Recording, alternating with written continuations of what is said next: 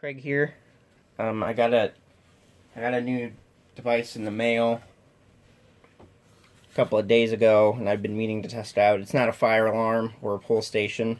I'll give you a couple seconds to try and guess what it is. You said it's a power converter. It's not.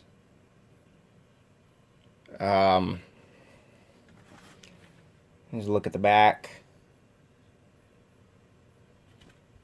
You can probably tell now. It is an audio amplifier. It's actually a 70-volt audio amplifier. Well, it outputs either 70 volts or 4 or 8 ohms. And it is really small, and it's nice. So there it is. It's the Extron MPA 181T mini power amplifier. This is very small, and it is lightweight for an audio amplifier. Probably only weighs about as much as my my Honeywell S464A pull station. So it is really light, or it's not light, but in terms of an audio amplifier, it is very light.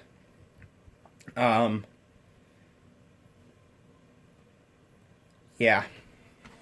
So there's the front again. You can see it says Extron right there. And then there's this little limiter switch over here. This only works if you have it if you have the output set to 4 or 8 ohms. So if you have it on, I believe it outputs only 4 ohms, and if you have it off, I believe it will output 8 ohms. You have level, bass, and treble dials, potentiometers.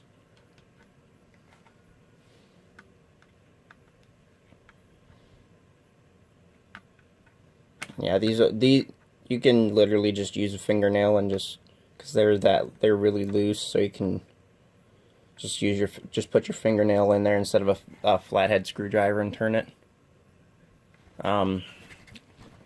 Here's the bottom. It's got a tire diagram on how to wire it up.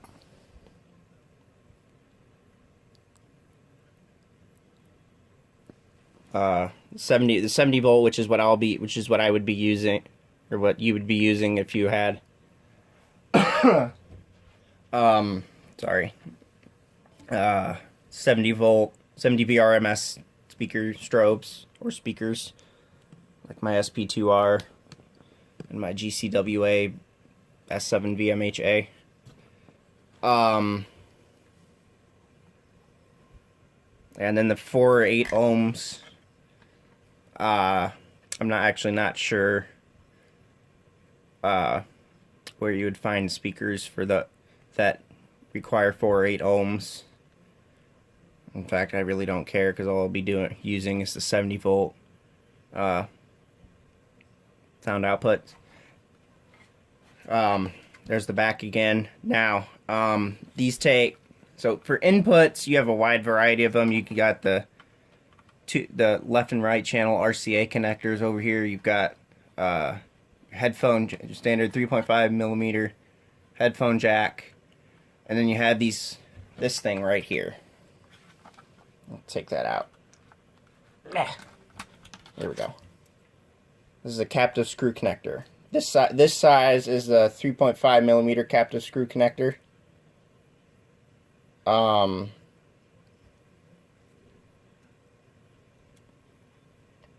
It is pretty self-explanatory here. You know, your stripped wires go in here. Down here you got your left and right channel. If you have only one sound line, like for fire alarms, obviously you'd only use the left side, because that is marked mono, as you can see right there. In and out. You never ever, with this amplifier, and it even says it right here, do not short plus or minus to ground. Do not short positive or negative to ground for the speaker wire. Don't ever do that. This says it's an audio video apparatus. It's only audio. It really bugs me that it says it's audio video. Anyway, yeah. And then there's this little remote connection up here that you can wire up to like some buttons to control volume and control whether or not you want to mute the amplifier.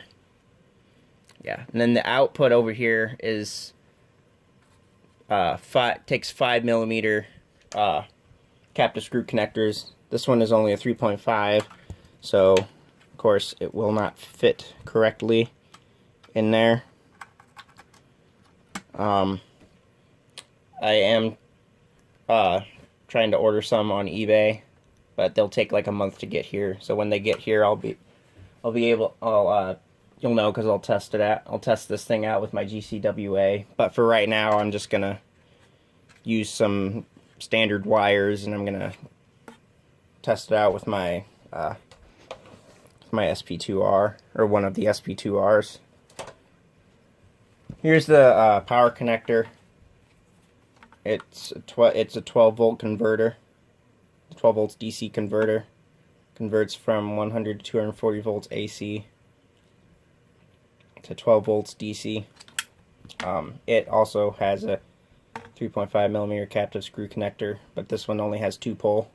There's only 2 poles, of course. Yeah, they're positive and negative. Yeah. Anyway, yeah, next video will be a test